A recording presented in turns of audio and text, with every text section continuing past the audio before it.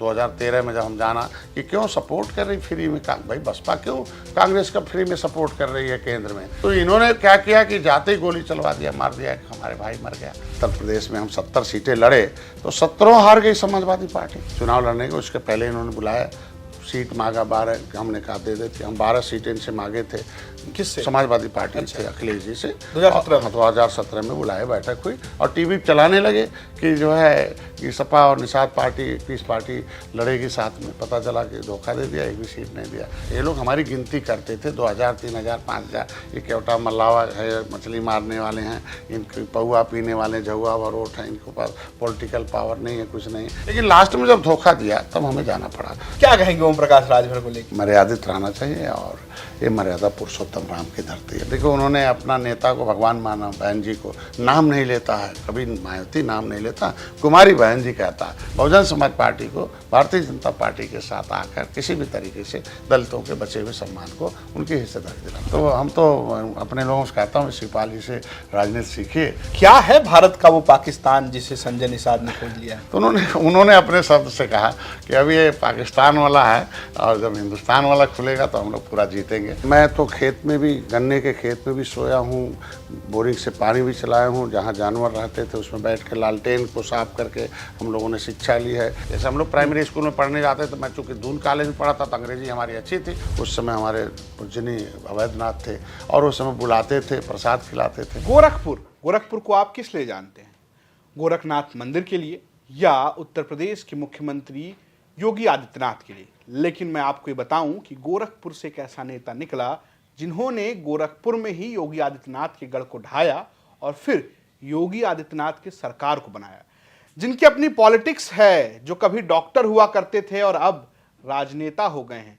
आज यूपी तक के स्टूडियो में मौजूद हैं और उनसे बातचीत करेंगे, उनके करियर के बारे में जानेंगे, उनके जीवन के बारे में जानेंगे और साथ ही साथ जिसमें आपकी दिलचस्पी है, यानी कि आगे क्या होने वाला है गुरु, उस पर भी बात करेंगे। हमारे साथ मौजूद हैं डॉक्टर संजय निषाद जी, निषाद पार्टी के राष्ट्रीय अध्यक्ष हैं। बहुत बहुत स्वागत है सर आपका यूपी तक पे। बहुत बहुत बधाई है आपके चैनल को और टीम को और जनता को जो आपके दर्शक हैं। जैसा मैंने बताया, तो एक परिचय तो लोग थोड़ा जानते हैं लेकिन सब उस तरीके से नहीं जानते हैं। कैसे आप मंत्री, डॉक्टर थे, आप होम्योपैथिक के डॉक्टर थे और उसके बाद आप मंत्री बन गए। मैं चाहता हूं कि आप थोड़ा शुरुआती जीवन बताइए, कैसा रहा आपका? देखिए, मैं एक गरीब और किसान परिवार में पैदा हुआ और मैं तो खेत में भी, गन्ने के खेत में भी सोया हूँ, बोरिंग से पानी भी चलाया हूँ। जहाँ जानवर रहते थे उसमें बैठ के लालटेन को साफ करके हम लोगों ने शिक्षा ली है। पैदल 5 किलोमीटर जाते थे शिक्षा लेने के लिए, गुरु को रात में सेवा करके उनसे फिर से रात में ट्यूशन भी पढ़ते थे। तो एक तरीके का वो हम लोगों को शिक्षा के क्षेत्र में, मेरे बाबा जंगल के सिपाही थे, मेरे पिताजी सूबेदार, फिर मेजर, हमारे एक चाचा थे मास्टर साहब थे और मेरी बहनें हैं, 6 बहनों में हमारे 2 भाई हम लोग थे।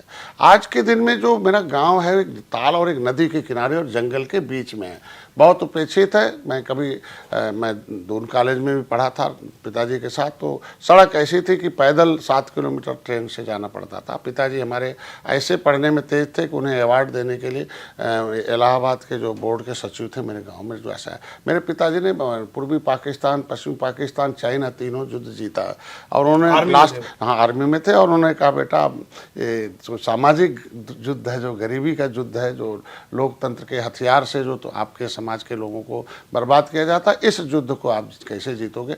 उसके लिए हमें पिताजी के साथ आना पड़ता था ट्रेन में पढ़ने के लिए, बीएससी करने के लिए। गोरखपुर लगभग 50 किलोमीटर आना जाना था।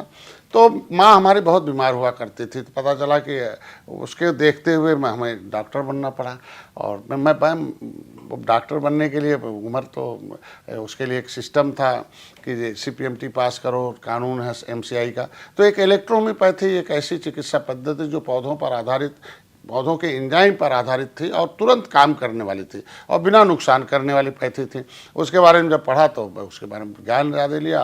अब चूँकि जेनेटिकली रूप से जिसके बाप ब्रेन फुल हों तो हमारे हैं, तो हम लोग पढ़ने में तेज थे तो उसको जल्दी से पढ़ा और प्रैक्टिस अच्छी की इलेक्ट्रोहोम्योपैथी की। मैंने इंटरनेशनल कॉन्फ्रेंसेज कराए, लेकिन देखा कि जब जो हमारा डिस्पेंसरी हुआ करता था उस पर 100, अगर 70, 80, 100 रोगी आते थे तो हम एक फिक्स था कि जो गरीब होंगे उनको बड़े लोगों से पैसा लेंगे और इनके लिए फ्री का इलाज करेंगे। तो उसमें से 30% ऐसे लोग होते थे किसी तरीके से तो आ तो जाते थे शहर में कि उनके पास वापस जाने का किराया नहीं होता था। पता चला कि आपकी डिस्पेंसरी गोरखपुर में थी और वो गीता वाटिका के बगल में सुधा देवी नाम था, माता जी के नाम था। तो माता जी सुधा क्लिनिक होने के नाते लोग सोचते थे कोई महिला डॉक्टर होगी तो महिलाओं की भी संख्या बहुत अधिक होती थी उसमें। तो आज के दिन में हम सभी वर्गों के लिए इलाज करते थे। तो बाद में पता चला कि जो उसमें से 30% को हमें किराया देना पड़ रहा है, उसमें से 20% ऐसे लोग हैं वो कहते हैं बहुत अच्छी दवाई लिखी डॉक्टर साहब, पैसा भले लगे। और 10% ऐसे हुआ करते थे कि वो कहते थे बढ़िया अस्पताल बताइए। तो ये जो आर्थिक जो विषमताएं थी तो पता चला उसमें हमारे कम्युनिटी के ज़्यादा आते थे, पता चला ज़्यादा हैं। फिर लेदरमैन, वाशरमैन, फिशरमैन ये सारे लोग आए। तो उसी बीच में आया कि हमें किताब मिली कि अबाउट द पॉलिटिक्स, उसमें लिखा था कि the political power the strong than the god power. राजनीतिक शक्ति एक मतलब डॉक्टरी जब आप कर रहे थे तभी आपको राजनीति में आने का किताब से ही शुरुआत? निश्चित रूप से किताब लिखना एलेक्ट्रोपैथी पर, फार्मेसी पर, चूंकि उसमें जब चूंकि कानून नहीं बना था तो उसकी पैथी की दवाएं बहुत फर्जीन बनती थी। तो उस दवाओं को बनाने के लिए मैंने बहुत फिर मैंने स्वीडन से post graduate diploma in electropathy की। फिर उसमें हमने जब पीएचडी की पता चला कि लगभग 5,000 पौधे दुनिया में ऐसे हैं जो अमृत है उनके पास, और उनमें से एंजाइम दिया जाए तो उसको अमृत के रूप में रोगी ठीक हो सकता था। उसी में हमें जो बुक मिली उसमें लिखा था कि every problem solve by the political party in the democracy. सभी समस्याओं का समाधान राजनीतिक दल से ही संभव है, लेकिन उसके साथ एक सामाजिक संगठन हो। तो मेरे लगा कि वो 30% जो गरीब हैं वो राजनीति के शिकार हैं, बजट के शिकार हैं। ये जो बजट के शिकार हैं, राजनीति के शिकार है, वो निर्बल हैं, और जो बजट के हिस्सेदार हैं, राजनीति के हिस्सेदार, वो सबल हैं। तो ऐसे में जो पता चला कि जो गांव के लोग हैं, जैसे हम लोग प्राइमरी स्कूल में पढ़ने जाते तो मैं चूँकि दून कॉलेज में पढ़ा था तो अंग्रेजी हमारी अच्छी थी, तो पता चला और जितने लोग हैं, पता चला गांव में जो स्कूल है उसमें अंग्रेजी नहीं पढ़ाई जाती। इसके मतलब दो तरह की धोखेबाजी हुई कि जिनके पास पैसा होगा वो एकेडमिक में पढ़ेगा, वो बढ़ेगा, और जिसके पास पैसा नहीं होगा वो अंग्रेजी नहीं पढ़ेगा, वो सड़ेगा। तो ये जो फार्मूला था, तो जब हमें उसमें लगा कि समस्याओं का समाधान राजनीतिक दल से ही संभव है, और उसमें लगा एक अगले पन्ने में लिखा था कि social organisation is a sweet poison in democracy without political party. तो उस समय हमारे जमुना निषाद नेता हुआ करते थे, उन चुनाव में हमारे यहाँ भेजा। पता चला कि हमारे यहाँ वो वीर बहादुर सिंह तब एक्सपायर किए थे, उनका लड़का था, तो एक बद्री जायसवाल वहाँ लड़ना मतलब बहुत स्ट्रांग थे। पता चला कि वही जीतने वाले थे। तब तक जमुना निषाद गोरखपुर में पनियरा जो क्षेत्र था, तो पता चला बद्री जायसवाल को खत्म हराने के लिए जमुना निषाद को उतार दिया। वहाँ 10 दिन पहले टिकट दे दिया, जमुना निषाद लड़ गए, निषाद अलग हो गए और फिर जीत गए फतेह बहादुर सिंह। तो मेरे आया कि राजनीति ही समस्याओं का समाधान है, लेकिन उसके लिए तो जमुना निषाद के साथ एक घटना हो गई कि लड़की की इज्जत बचाने में चले गए। मंत्री थे बसपा में, 2 बार 2 डबल मंत्री थे, और उसके बाद एक लड़की की इज्जत बचाने में चले गए और पता चला उसमें गोली चल गई, बिना मतलब इन्हें फंसा दिया गया। ये पहुँचे नहीं थे तभी है। तो उसके बाद फिर जेल में चले गए। तो जेल में जाने के बाद पता चला उन्होंने कि भाई तब हम सामाजिक संगठन चलाते थे, शक्ति मुक्ति महासंघ, फिर उसके बाद में all India backward and minorities welfare mission, बाम से में बहुत लंबे समय तक था कांशीराम के मिशन के साथ। तो ये एक तरीके से पता चला कि कुछ राजनीतिक रूप से ये राजनीति के जो शिकार हैं वो निर्बल हैं और राजनीति के हिस्सेदार और सबल हैं। और जब तक ये गरीब पॉलिटिकल पार्टनर नहीं बनेगा, ये पॉलिटिकल पार्टनर जितने लोग हैं वो सबल हैं, और पॉलिटिकल जो पार्टनर नहीं है वो पार्ट हैं, वो पाँव में। तो ये पता चला ये तो झुआ भरोट है निषादों का जब गांव निकलना शुरू हो गया। ये तो गांव निषाद है कि 1,000 2-2 हज़ार 3-3 हज़ार, ये तो बहुत आबादी इनकी नदियों के किनारे।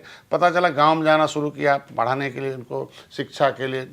मेरे बच्चों को जो सांसद है इंजीनियर पर निषाद, तो वो पढ़ता था, तो उसको भी उनको कहा भाई टाफी लो, गांव में जाओ, माल डेवलप करो, कोचिंग करो, गरीबों को पढ़ाओ, शिक्षा जरूरी है, शिक्षा वो शेरनी का दूध है, जो पिएगा गरजेगा जरूर। तो शिक्षा में पता चला कि दशा बहुत खराब है गांव में। उसी बीच में हमें ये क्रिमिनल कास्ट जो था, एक criminal tribes act inquiry committee 1949-50 मिला हमें पढ़ने को। भाई लाइब्रेरी हम किताब लिखने लगे, समाज पर 13 किताबें लिखा। तो उसमें एक किताब जब मिली हमें कि अंथा समय नंगर criminal tribes act inquiry committee 1949-50 जो पटेल जी ने बनाया था, उसमें आया कि 578 जातियां इस देश में उजड़ी हुई हैं, कानून बना के अंग्रेजों ने उजाड़ा है। 193 जातियां रोड पर घूम रही पाइपलाइन में, सड़कों पर, और इन्होंने देश को आज़ाद कराया है। और ऐसे लोगों को तो दशा खराब है, वो बेचारे सड़कों पर एक वो क्या नाम है पॉलीथीन है, वो क्या नाम ठेला लगाया है उसमें जो है, तो इनमें लगा कि अब इनको राजनीति का हिस्सेदार बनाना पड़ेगा, तब जाके सबल हो पाएंगे। तब हम सामाजिक रूप से जमुना निषाद मिले, फिर निषाद राज का किला देखने को मिला। तो ऐसे में लगा कि अब तो एक जब हमारा किला है तो हम जेनेटिक, भाई हम जीन्स के बारे में जानते रहे कि जीन्स में जब हमारे पुरखे राजा थे तो आज हम भीख क्यों मांग रहे हैं, क्यों हम बर्बाद हैं। तो पता चला कि सोच जो है, सोच से केवट मल्ला बिंद कश्यप कहार धीमर हैं, ये सोच से जाति में नीचे हैं। लेकिन जो हमारा इतिहास है वो पंचम वर्ण निषाद है, ब्राह्मण क्षत्रिय वैश्य और शूद्र के अलावा पंचम वर्ण निषाद है। तो पता चला इनके अंदर सोच बदलना शुरू किया। उसी में पता चला कि दलितों के अंदर एक सोच थी कि दलदल में रहने का, कि पिछला जन्म खराब है तो हम नीचे हैं, और हम पिछले जन्म में हम खराब काम किए इसलिए खराब जगह पैदा हो गए। तो कांसी राम ने सोच बदली कि भाई देखो, कि उन्होंने कहा कि भाई सोच थी कि आप बड़े लोगों की सेवा करेंगे तो फिर हम बड़े हो जाएंगे। मतलब एक सोच दो तरह का था कि किताब मिली हमें, एक फर्स्ट मीटिंग पंडित जवाहरलाल नेहरू ने इलाहाबाद में आया कि उन्होंने अपने लोगों को बताया कि भाई आज जो है 31 दिसंबर 1949 को, तो किताबों के माध्यम से हमें राजनीति में आने का अवसर मिला। तो उसमें उन्होंने लिखा कि वो अपनी स्पीच में लिखा कि भाई today is the chosen by God the upper caste, हम लोग बड़े आज के दिन में भगवान के चुने हुए आदमी हैं। बट आफ्टर दिन 26 January 1950 they implement the Constitution of India. तो we are not chosen by God, हम लोग भगवान के चुने हुए आदमी नहीं रह जाएंगे, हमें पब्लिक चुनेगी तब हम। अब पब्लिक में एक सोच है कि दो तरह की सोच है, एक चूजन बाई गॉड है, एक रिटर्न बाई गॉड है, कि भगवान ने और जातियों को रिटर्न किया है कि जाओ फिर से अच्छे कर्म करो, फिर अगले जन्म हो जाएगा। तो कांसी राम ने कहा भाई देखो फैमिली प्लानिंग कर दी इंदिरा गांधी ने, और लिखा हम दो हमारे दो है, दो से ज़्यादा होंगे नहीं, तुम्हारा तो उसके घर में जन्म कभी होगा नहीं। तो एक सोच बदला। तो मैंने अपने समाज की सोच बदलने के लिए कि निषाद राज के किले पर गए 13 जनवरी 2013 को, और उस किले पर मैंने संन्यास ले लिया। किले पर एक पंडित जी मिले और पूरा आधे घंटे तक जैसे निषाद राज के बारे में बताया कि त्रेता में बहुत कष्ट था, और यहीं आए तो भगवान राम और निषाद राज मिले, यहीं से सेना लेके गए और रावण राज खत्म किया, और यहीं ईश्वर के रूप में आए कि मतलब खत्म दूर। और आपके अंदर डॉक्टर साहब, और अगर आप एक उन्होंने कहा कि यही जगह है जहाँ निषाद राज ने भगवान राम के अंदर शक्ति पहचानी थी, तो आज आपके अंदर शक्ति है, आप कुछ कर सकते हो, जंगल को मंगल कर सकते हो। तो मेरा हृदय उसी दिन परिवर्तन हो, मैंने संन्यास ले लिया। हमने कहा आज के बाद मैं डॉक्टर नहीं रहूँगा, और आज के बाद तो राजनीति का डॉक्टर। मैंने कहा कि और निषाद राज की उस संस्कृति को, निषाद राज की सोच को, मैं चूँकि हमें मेडिकल साइंस हमें पता है कि शरीर सोच से चलता है, समाज सोच से चलता है, देश सोच से चलता है, सोच से आदमी गरीब अमीर होता है। और सोच बदलो, द चेंज द माइंड, इनका कॉन्सेप्ट बदलो। कॉन्सेप्ट बदलने के लिए मैंने संगठन खड़ा किया, राष्ट्रीय निषाद एकता परिषद। निषाद वंश की किताब लिखी कि भाई पहले रोड नहीं था, सड़क थी, तुम्हारे पुरखे अमीर थे, तुम्हारे पुरखे तब सोने की चिड़िया थी, भारत इतना 30 गुना अमीर था और दुनिया 30 गुना गरीब थी। खिलाते जलाते थे, 3 रुपये में 1 रुपया भारत का चलता था। तब आप व्यापारी थे, तब बड़े थे। और देखो विदेशियों ने तुम्हारे आक्रमण करके तुम्हें बहुत कुछ एक्सीडेंट करा कर, मार कर, काट कर, तुम्हें क्रिमिनल कास्ट घोषित करके बर्बाद कर दिया कानून से। तो कानून की कलम अपने हाथ में लो, अपनी सोच निषाद राज की बदलो। निषाद राज के किले पर मेला लगाना शुरू किया, परिवार के साथ गए थे। मैडम से बताया जब किले के बारे में तो तुरंत तैयार हो गई। मेरा बेटा वो इंजीनियर जो है वो है सांसद, तो सांसद। हाँ, तो उसी बीच में उसी बीच में ये जो बड़ा बेटा बैठा हुआ ये CPMT कर रहा था, तो CPMT में मैं कुछ बच्चों को कोचिंग करा रहा था। पता चला ये CPMT में लोग पास हो गए। पता चला बहन जी की सरकार उस समय थी, फिर चेंज कर दिया, उस समय 20 निषाद उसमें आए थे। तो पता चला कि क्या है, पता चला इनके साथ रहने वाले जो लेदरमैन थे वो सेलेक्ट हो गए और फिशरमैन सेलेक्ट नहीं हुए, इनसे कमज़ोर लोग सेलेक्ट हो गए। उस दिन रिजर्वेशन के बारे में जानना शुरू किया तो पता चला रिजर्वेशन तो व्यवस्था है कि बड़े मजबूत घोड़ा और कमज़ोर घोड़ा एक टोकरी में खाएगा तो मजबूत वाला सब खा जाएगा, कमज़ोर वाला रह जाएगा। तो पता चला कि रिजर्वेशन में व्यवस्था दी गई है कि भाई जिस समुदाय का व्यवस्था में जो सब नहीं है उतना भाग रिजर्व कर दिया जाए। तो पता चला कि संविधान में, कॉन्स्टिट्यूशन ऑफ इंडिया में अनुसूचित जाति की एक सूची लिखी हुई है कि लेदरमैन जितनी जातियां हैं लेदरमैन होंगी, उत्तरा दक्षिणा मोची अहिरवार गहरवार, रजक बैठा कनौजिया जो है वो वाशरमैन होंगे, और केवट मल्ला बिंद कश्यप कहाँ वो मझवार फिशरमैन होंगे। तो उनको तो मिल गया, अब फिशरमैन को क्यों नहीं मिला? तो पता चला कि तो अंग्रेजों ने कानून बनाकर 12 अक्टूबर 1871 को ब्रिटिश पार्लियामेंट में, मैं ब्रिटिश पार्लियामेंट को देखने गया था कि कहाँ से वो काला कानून बना था। तो मैं गया तो देखा तो पता चला कि ब्रिटिश पार्लियामेंट में डिबेट हुआ था स्टीफन नामक सांसद से कि भाई डॉक्टर का बेटा डॉक्टर होता, इंजीनियर का बेटा इंजीनियर होता, वकील का बेटा वकील होता, ये निषाद ये कत्ली हैं, बदमाश हैं, हमें कत्ल कर रहे हैं, जन्मजात अपराधी हैं। ऐसा तब जब हमारे लोगों ने सती चौरा घाट पर अंग्रेजों को डुबो दिया था, अपना नाव डुबोकर 167 लोगों की फांसी हुई थी। तो उन्होंने कानून से हमें उजाड़ दिया, अब वो क्रिमिनल कास्ट हो गए। तो ये पता चला कि अब बेचारे छुप गए, जाति बदल दिया, इधर उधर हो गए, ट्राइबल हो गए, घर जमीन सब छिना गया, नदी तो छीना ही था।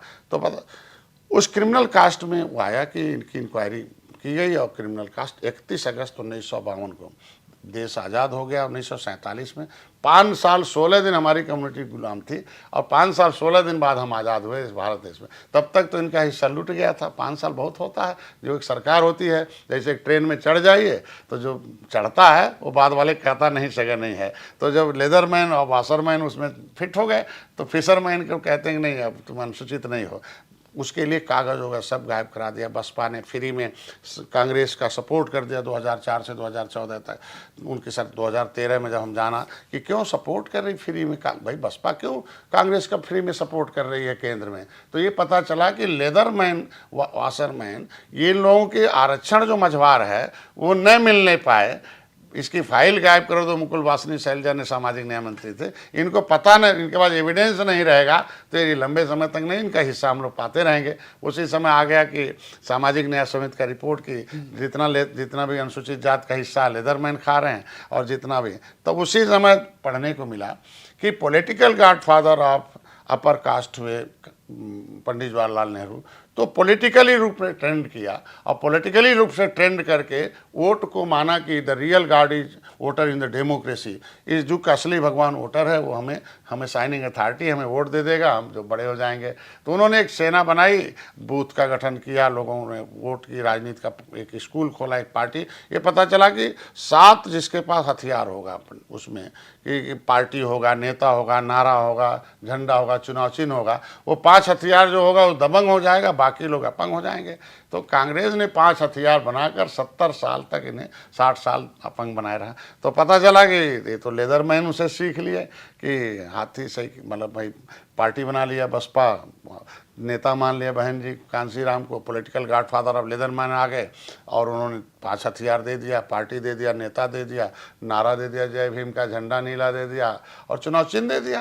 ये 5 हथियार ले लिया, ये भी 4 बार सरकार बना के दलदल में रहने वाले दबंग हो गए। अब बाकी ये दल नहीं था निषाद का, 18% आबादी अपंग हो गए। पता चला कि पॉलिटिकल गॉडफादर ऑफ मिल्कमैन हो गए मुलायम सिंह, उन्होंने भी दल बना के अपना दबंग अपना ले लिया 5 हथियार। तो हमने इन लोगों को कहा कि अब बिना पॉलिटिकल स्कूल के कुछ होने वाला नहीं है, आपको भी दबंग बनना पड़ेगा। आपको ये टोपी झंडा दूसरे का, भाई परिंदा भी नहीं रहता गैरों के आसियानों में, और ताउम्र गुजार दिया हम लोगों ने किराए के मकानों में। तो इस शहर ने ये हमारे समाज को कि नहीं अब हम लोग पार्टी बनाएंगे। तो फिर हमने राष्ट्रीय निषाद एकता परिषद बनाया, पहले हम ब्रेन बैंक बनाए, फिर किताब लिखा 13, फिर निषाद राज के किले पर लो जाकर संकल्प लिया कि आज के बाद हम संकल्प लेते हैं। 13 जनवरी 2013 को मैंने संकल्प लिया कि ये निषाद राज का खून है, जाएगा, निषादों को जगाएगा, भारतीय संस्कृति को जन जन पहुँचाएगा। भगवान राम और निषाद राज के गले लगे मूर्ति लगवाया, पर्यटक स्थल घोषित कराया 20 करोड़ 38 लाख रुपए से। जिस तरीके से राम मंदिर बन रहा है उसी तरीके निषाद राज का किला बनेगा। तो मैंने उस संकल्प के साथ आया और 16 अगस्त 2016 को मैंने पार्टी रजिस्टर्ड कराई और वो पहला चुनाव लड़ा 2017 में 70 सीटें लड़ी और ये हाथी साइकिल पंजा, भाई हाथी और पंजा साफ हो गए और साइकिल हाफ हो गई और भाजपा जो सत्ता में आ गई।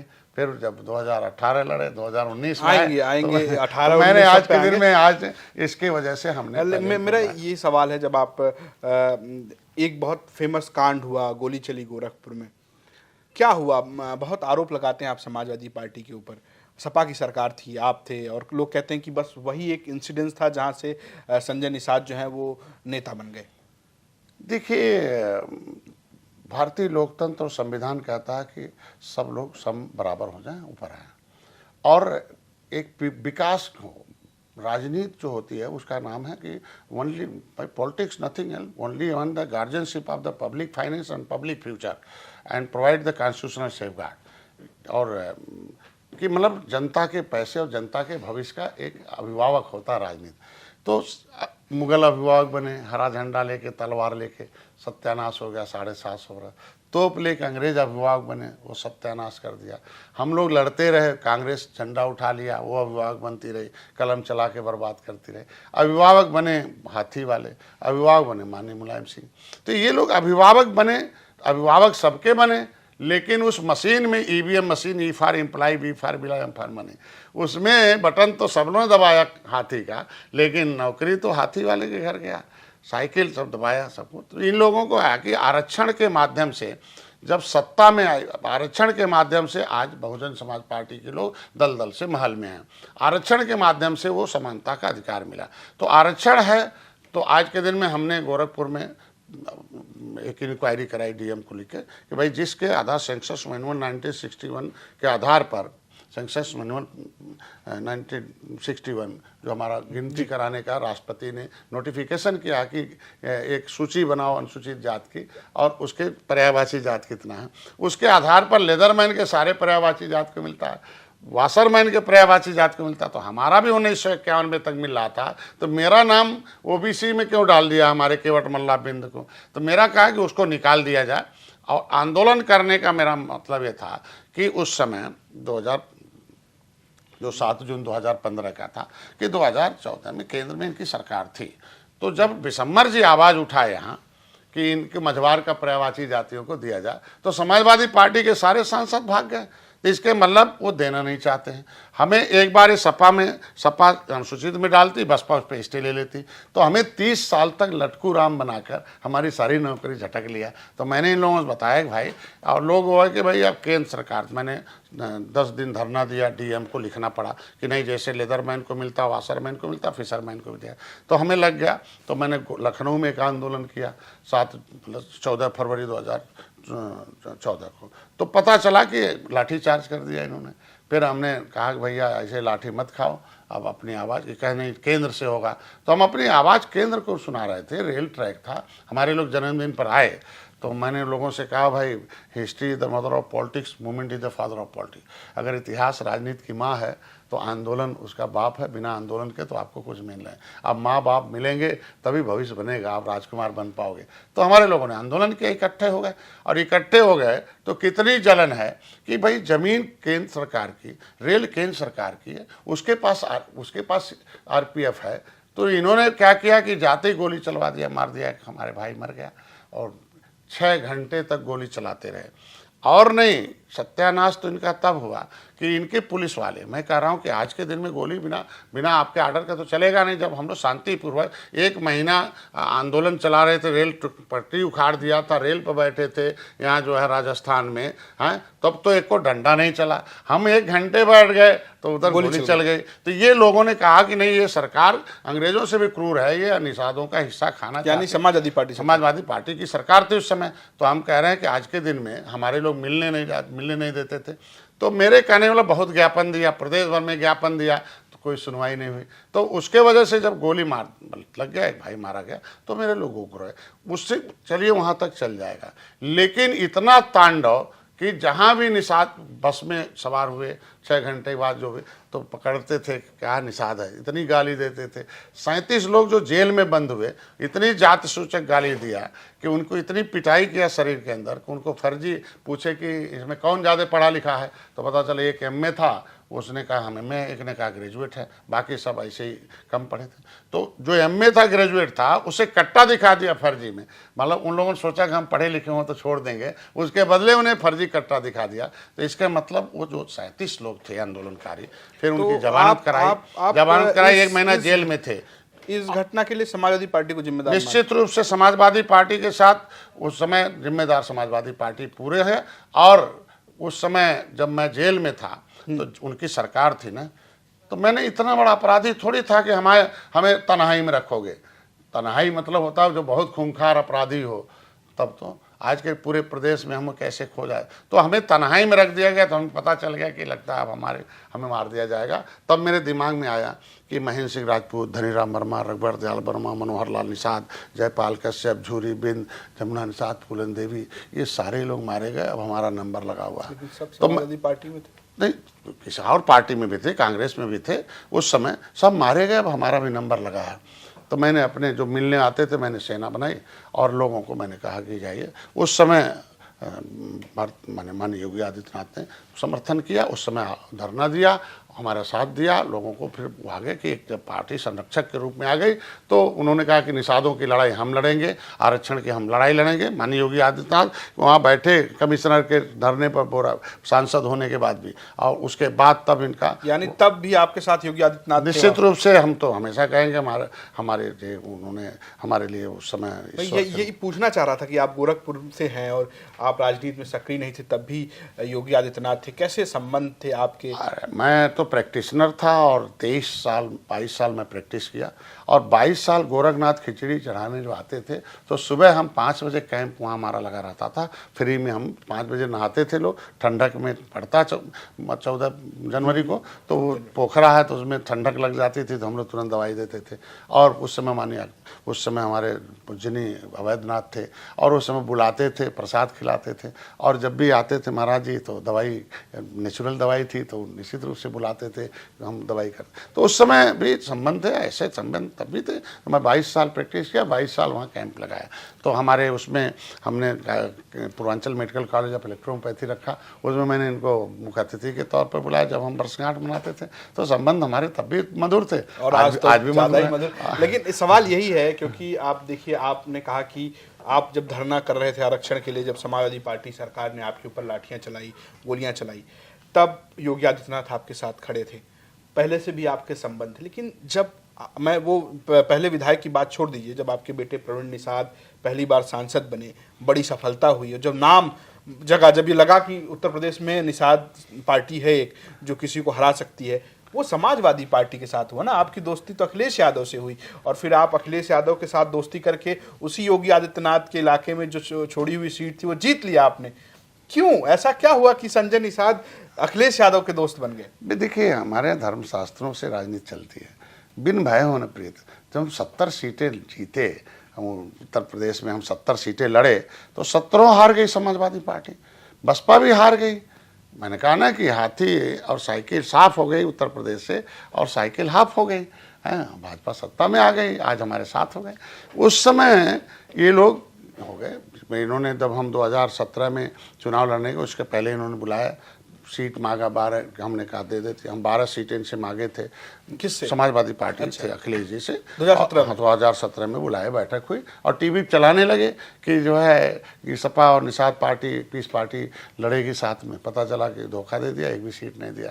हमारे और भी प्रत्याशी भाग गए उसमें 2017 में। तो हम लोग लड़े, चुनाव हार गए। एक सीट हमने विजय मिश्रा का जीता और सीट जीती हमने।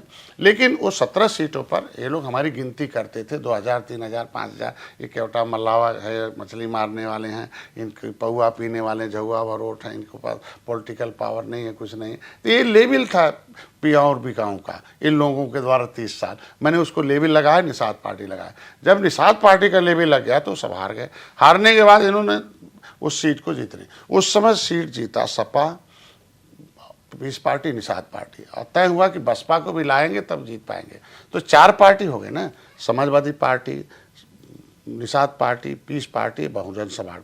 तो 4 पार्टी के संदिग्ध उम्मीदवार हुए इंजीनियर प्रवीण शाह।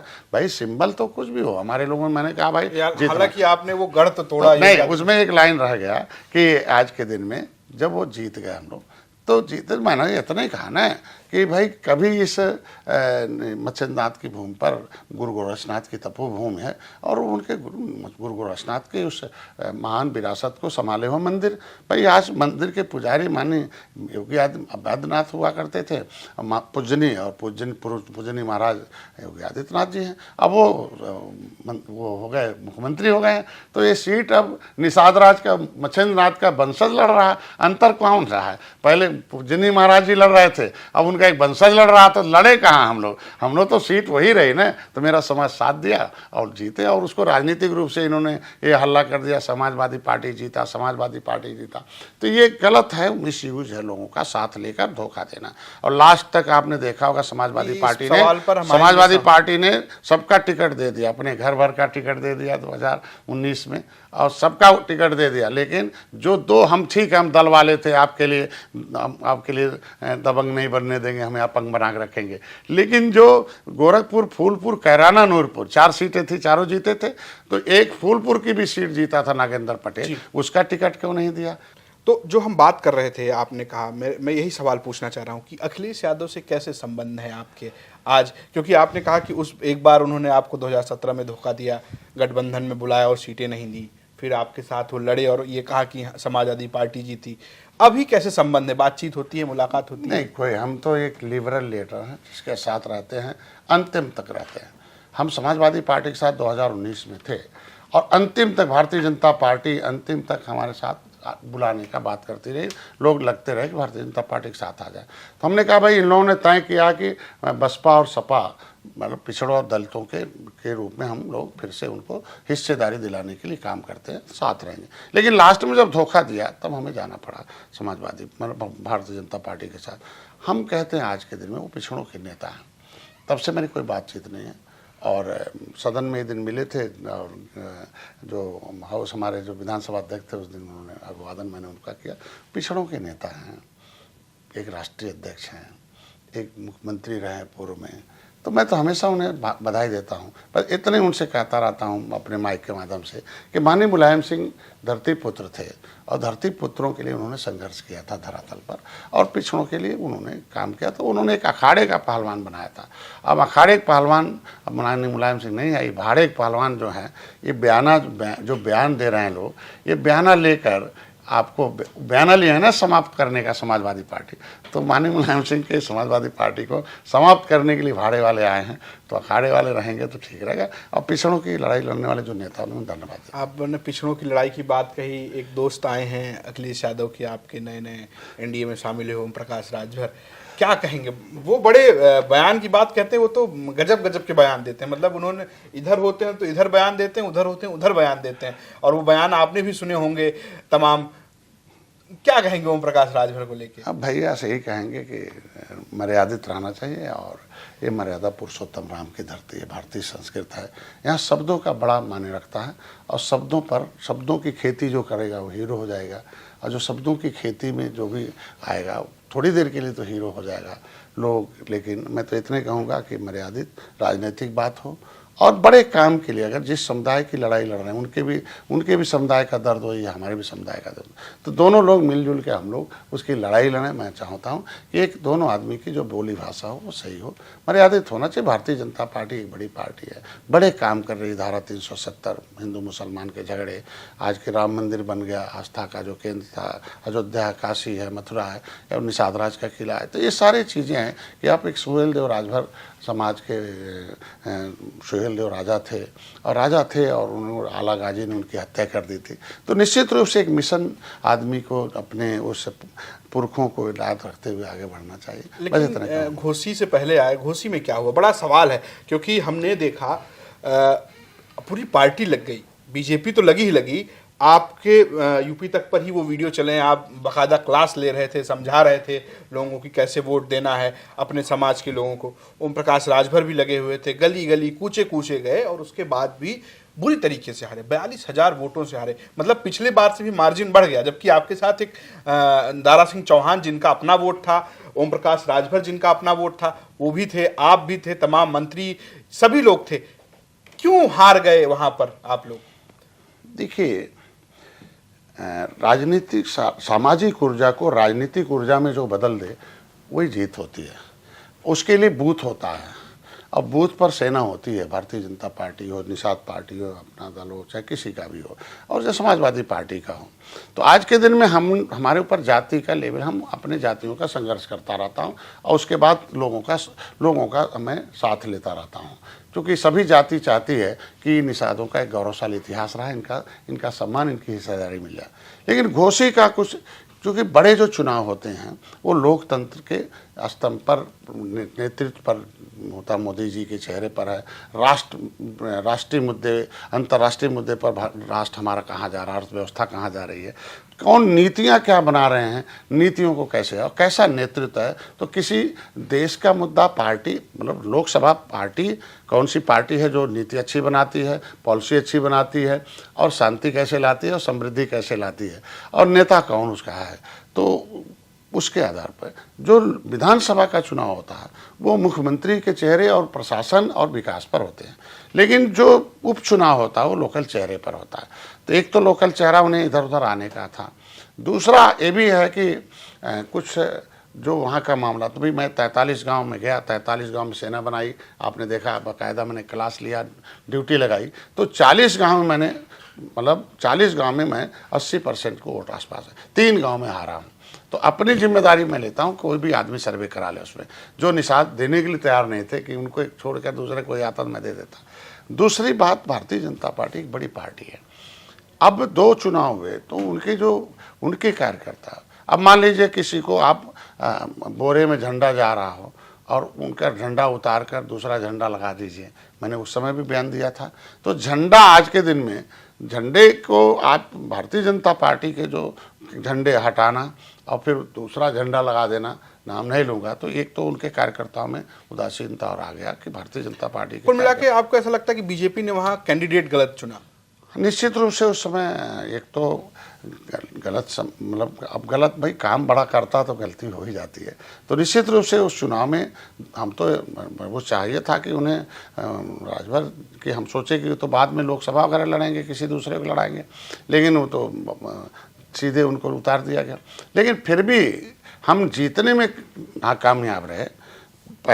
पहले समाजवादी पार्टी अकेले लड़ी थी 2022 में, लेकिन अभी समाजवादी पार्टी ने कई संगठनों और उनके साथ लड़ी है। तो अंतर में भले वोट पाए, लेकिन मानो कि हम जीतने में कामयाब रहे, तो लेकिन उनकी भी जीत अकेले नहीं है, उनके साथ मिलकर रहे हैं।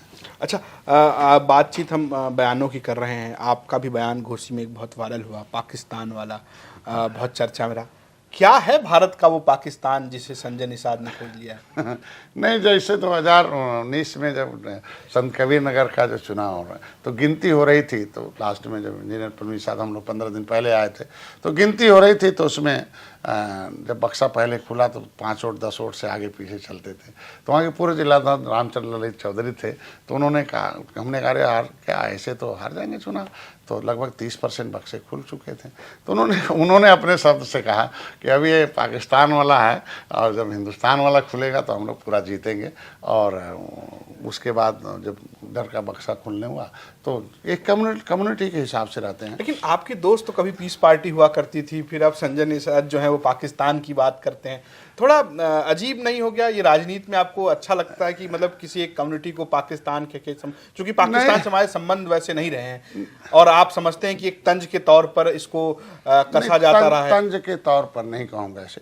जब निषाद राज के किले पर जय निषाद राज का झंडा था तब हमें सुख था, भगवान राम के उस अयोध्या में जय श्री राम का झंडा था तो सुख था, और जैसे ही वहाँ हरे रंग का झंडा बाबरी मस्जिद पे लगा, जैसे हमारे निषाद राज के किले पर हरे रंग का झंडा, तो ये हरे रंग का झंडा क्या मतलब होता है? जब हम भारतीय संस्कृति, हम तो यही कहते हैं ना कि सच्चर कमेटी की रिपोर्ट कहती है मुसलमान सबसे ज़्यादा गरीब हैं उत्तर प्रदेश में हो गए।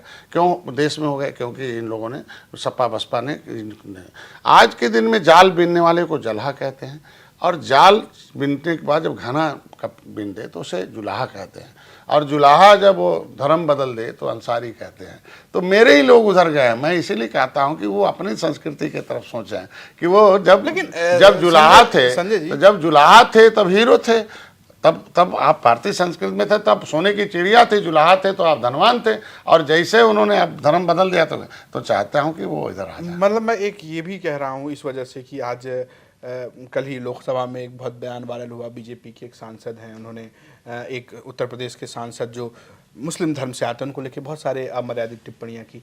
कोई अगर झंडा हरा लगा ले रहा है जब उसके धर्म का है तो क्या दिक्कत है? ये जिस संविधान के हिसाब से आप आरक्षण मान रहे हैं वही संविधान तो उनको हरा झंडा लगाने की नहीं, ये बताइए, जब धर्म में लिखा है कि विवादित जगह पर इबादत करना गुनाह है, तो मैं कहता हूँ निषाद राज के किले पर भगवान राम सोए हों, उनके सीने पर ही मस्जिद रहेगी।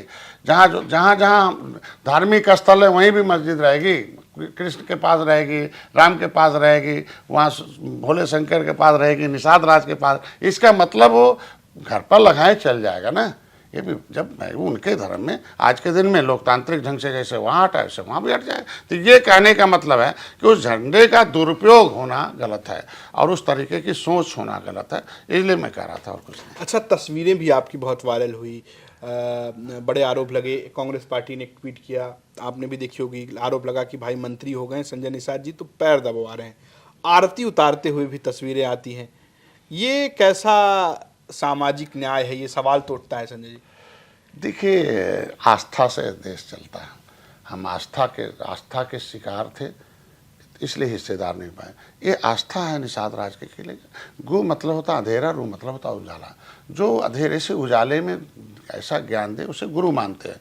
और गुरु पूर्णिमा है, अब कार्यकर्ताओं का अपना इच्छा है, तो हम तो अगर मेरा कोई शब्द कहीं निकला हो कि भाई हमारी पूजा करो, हमारी आरती करो, हमारा पैर दबाओ, तो मेरा वो अब मैं देखो बैठे वो आके पैर पकड़ के फ़ोटो खिंचा लेते हैं। तो उनकी एक आस्था है कि उन्होंने कहा कि भाई सबने हमें सताया है, सबने हमें बर्बाद किया है, सब लोग तो दबंग हो गए, हमें बना दिया अपंग।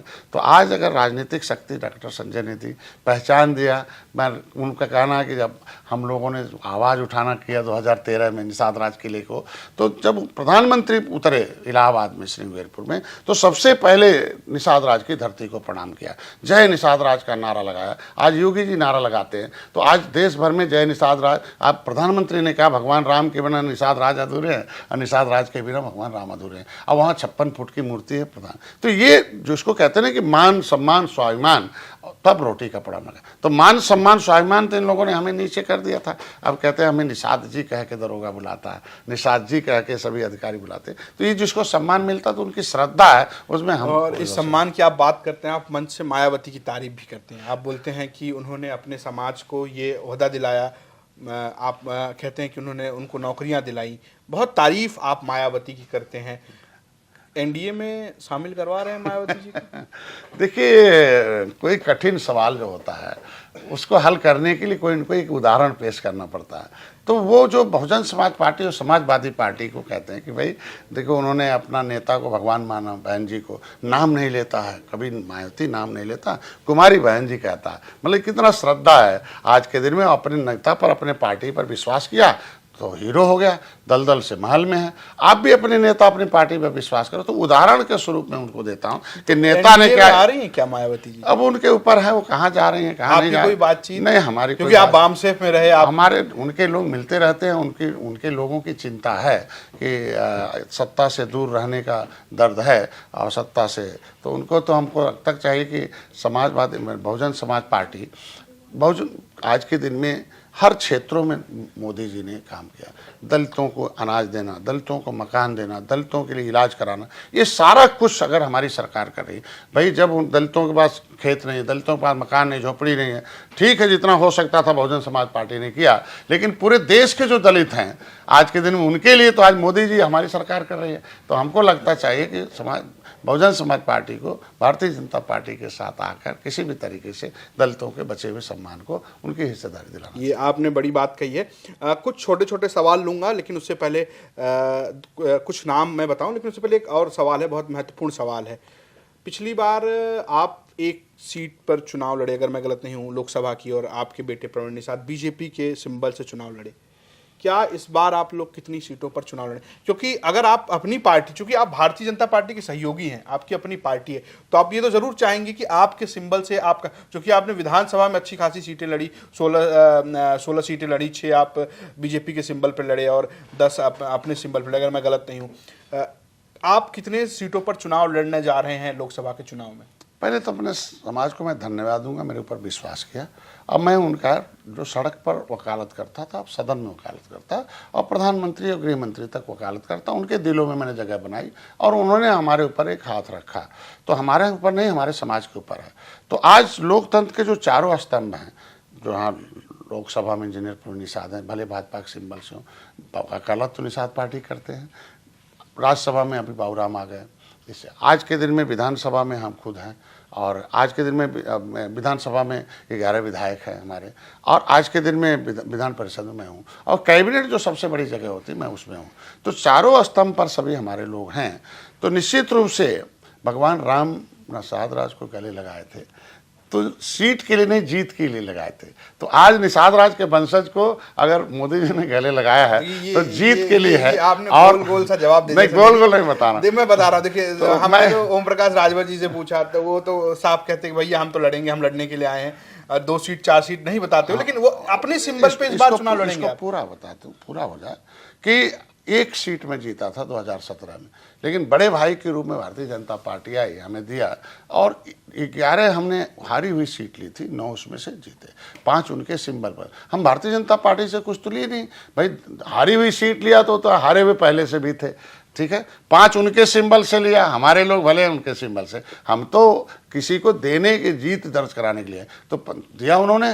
तो मैं ये कह रहा हूँ कि फिर बड़े भाई हैं, माननीय अमित शाह जी बुलाते हैं और नड्डा साहब रहते हैं, और निश्चित रूप से जो सीटें, भोजन भरी थाली ही कमल है, कमल ही भोजन भरी थाली है, और मोदी जी थाली का प्रचार करते हैं कि भाई डॉक्टर संजय के अलावा उस थाली में डॉक्टर मोदी योगी को भी देख लेना।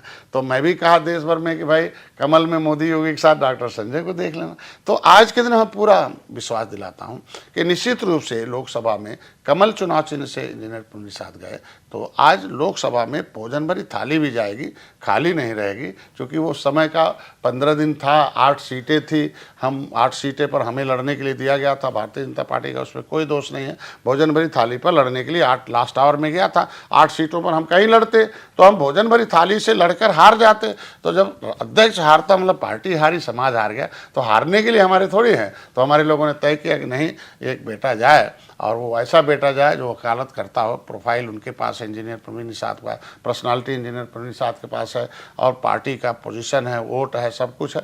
तो जीत के समीकरण में इंजीनियर प्रवीण निषाद आए, इसलिए उन्हें भेजा गया। अब जीत के समीकरण में पार्टी है, तो अब तो भोजन भरी थाली जाएगी इस बार, मतलब इस बार जाएगी, निश्चित रूप से जाएगी। तो कुछ छोटे छोटे सवाल हैं, मैं कुछ व्यक्तियों के नाम ले रहा हूँ। आपने कभी बॉलीवुड के भी इंटरव्यू देखे होंगे, उन पर एक छोटी छोटी टिप्पणी, और इसको फिर खत्म करेंगे। स्वामी प्रसाद मौर्य को क्या कहेंगे आप? अधर्मी, जो धर्म के खिलाफ बोलता अधर्मी है, और धर्म के सहारे उसी रामायण के सहारे तो मेरा किला मिला हुआ है। ये अगर वो धर्म के खिलाफ बोले, इसके मतलब निषादों के अपमान कर रहे हैं। भगवान राम के खिलाफ बोले, इसके मतलब निषाद राज के खिलाफ बोले, और देश के 18% निषादों के खिलाफ बोले, और उसका जवाब इलेक्शन में हमारा समाज उन्हें देगा। योगी आदित्यनाथ पूजनीय, हमारे परम पूजनीय है, और हमारे शान है, उत्तर प्रदेश की एक पहचान है। अर्जेंटीना में गए, ब्राज़ील गए, मैक्सिको, उन्होंने कहा घरों में तस्वीर लगा रखी है कि भाई कब मोदी जी को कब हमारे देश में आते हैं, और एक पहचान है उनका। मैं उन्हें बधाई देता हूँ। आज के दिन में अपनी कैबिनेट में हमें जगह। केशव प्रसाद मौर्य केशव प्रसाद मौर्य अच्छे हैं, मौर्य सम्राट के, मौर्य समाज के, मौर्य सम्राट के हैं और लंबे समय से रहे हैं। और निश्चित रूप से जो उन्होंने स्थान प्राप्त किया है एक आइकान है कि पिछड़ों के नेता के रूप में। जब भी हम उनको फ़ोन करते हैं तुरंत फ़ोन उठाते हैं, जब भी उन्हें बुलाना चाहते हैं वो आते हैं। तो निश्चित रूप से, और सब देखिए आप उनका जनता दर्शन देखिए, अच्छे हैं और निश्चित रूप से एक दो और नाम है, शिवपाल यादव। तो भाई पिछड़ों में बड़े लंबे समय तक उन्होंने साइकिल चलाई है, गांव में धरातल पर गए हैं और पॉलिटिकली वो टेंट लीडर हैं, वो टीचर हैं, लीडर नहीं हैं। तो हम तो अपने लोगों से कहता हूँ शिवपाल जी से राजनीति सीखिए, कैसे राजनीति होती है। देखिए उन्होंने समाजवादी पार्टी, जब मुलायम सिंह लास्ट में आया कि समाजवादी पार्टी एकदम ख़त्म हो रही थी, 2017 में बुरी तरीके से हार गई थी, तो उन्होंने एक पार्टी बनाई। पार्टी इसलिए बनाई कि उनके लोग भाजपा में न चले जाएं, कांग्रेस में न चले जाएं। उन्होंने अपने लोगों को रोकने के लिए एक पार्टी बना ली, अब फिर रोक लिया, फिर देखो भारत समाजवादी पार्टी का। तो इसे राजनीति कहते हैं। तो राजनीति के अच्छे टीचर हैं। मुकेश सहनी अपने आप को सन ऑफ मल्लाह कहते हैं वो। मेरे वंश के हैं, नेता हैं और अच्छे नेता हैं। वो आए थे 2017 में, हम लोगों ने तय किया था कि आप बिहार में लालू यादव के तरह बिहार आप संभालिए और मुलायम सिंह के तरह भाई उनके तरह मिल्कमैन वहाँ नेता है, यहाँ एक मिल्कमैन नेता है, तो फिशरमैन के नेता आप वहाँ बनिए। फिशरमैन के नेता हैं, अच्छे हैं, समाज को जगा रहे हैं, उन्हें बधाई देता हूँ। और कम से कम हमारी बात माने। जब तय किया, पार्टी बनाया, आए तो पहले सामाजिक संगठन से आए थे उत्तर प्रदेश में, लेकिन 2017 में जब हमारी बात माने तो उन्होंने पार्टी बनाई, 4 विधायक भी बनाए, मंत्री भी रहे। और देखिए मतलब ज्ञान ध्यान और धैर्य, तब ठीक रूप से काम करना अच्छा है। एक आखिरी नाम, असउद्दीन ओवैसी। असउद्दीन ओवैसी कल मिले थे सेंट्रल हॉल में हमसे और बहुत धन्यवाद देता हूँ। वकालत करते हैं अपनी कम्युनिटी का। कहा गया है कि जिस जात धर्म में जन्म लिया बलिदान उसी पर हो जाओ। आज वकील हैं, वकालत करते हूँ, बस उनसे इतने कहूँगा, भारतीय संस्कृत है और बोली भाषा सही रखिए, जिससे कि ये जो मुसलमान हैं वो इसी देश के हैं और हमारे भारत के संविधान के मुताबिक हम लोगों की सोच है, उन्हें भी सम्मान मिलना चाहिए। बिल्कुल संजय जी, बहुत अच्छा लगा आपसे बातचीत करके। मैं आपको शुक्रिया कहूँ उससे पहले हमारे दर्शकों से एक अपील करनी होगी। आपको करना होगा कि भैया यूपी तक का जो चैनल है उसको सब्सक्राइब करना है। मैं बधाई देता हूँ अपने दर्शकों को, आपके भी दर्शकों को और निषाद पार्टी के भी दर्शकों को, पदाधिकारियों को भी अपील करता हूँ और जितने भी आपके व्यूअर और आपके समर्थक हैं सबसे अपील करता हूँ। यूपी तक एक ऐसा है कि यूपी तक की बात नहीं है, यूपी तक जो है वो पूरी दुनिया तक की आवाज़ उठाते हैं और आज जो बोलते हैं वो न्यूयॉर्क में भी देखा जाता, फ्रांस, जापान, स्विट्जरलैंड में भी देखा जाता। तो यूपी तक आपकी आवाज़, आपकी समस्याओं के समाधान की आवाज़ उठा रहा है। तो इसलिए सब्सक्राइब करें और इसको ज़रूर देखें और लोगों को शेयर भी करें। बिल्कुल। तो संजय जी बहुत बहुत शुक्रिया, आपसे बातचीत करके बहुत अच्छा लगा। आप लोगों को ये बातचीत कैसी लगी आप ज़रूर कमेंट करके हमें बताइएगा। हम लगातार आपके साथ ऐसे ही जो शख्सियत हैं उनके साथ बातचीत करते हुए नजर आएंगे। बहुत बहुत धन्यवाद।